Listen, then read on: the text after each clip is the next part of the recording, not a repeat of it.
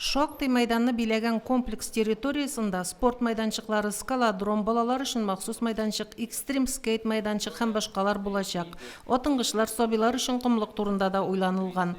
Эшнең беренче чиратында юллар, сукмаклар булдыру һәм яктырту эшләре каралган.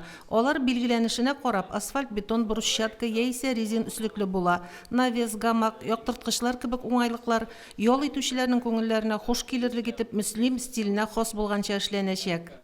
Birinci etap bizning endi tigini o'tdi ул. Mezgilda bizning yig'ilish o'tdi.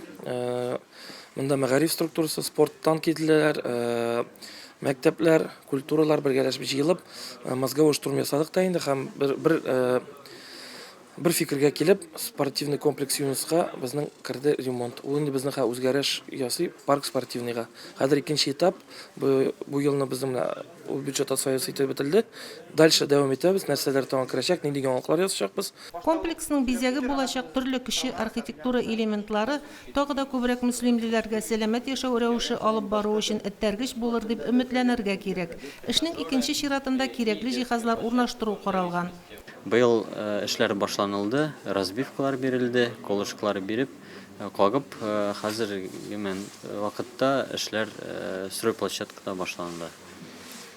Хәзер ике чиратка бүленде бу проект, чөнки финансированиенең бар лимиты һәм беренче лимитка без сукмаклар, площадкалар эшлибез, икенче чиратта аның оборудованиеларын куярга тиеш булабыз һәм шуны менә кешеләргә күзәтергә килдем.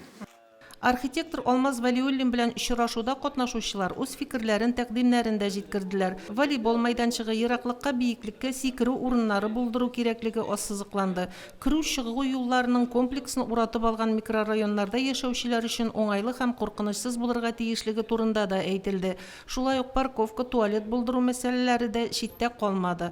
Очрашу ахырында район яшьләр белән эшләү һәм спорт бүлеге җитәкчесе Илшат Яббаров табигать саклауда һәм экологик агарту чараларында иң актив катнашучыларга «Будет чисто» республика яшьләр экологик хәрәкәтенең рәхмәт хатларын тапшырды. Мөнира Арсланова, Динар Минхаҗев, Мөслим телевидениесе.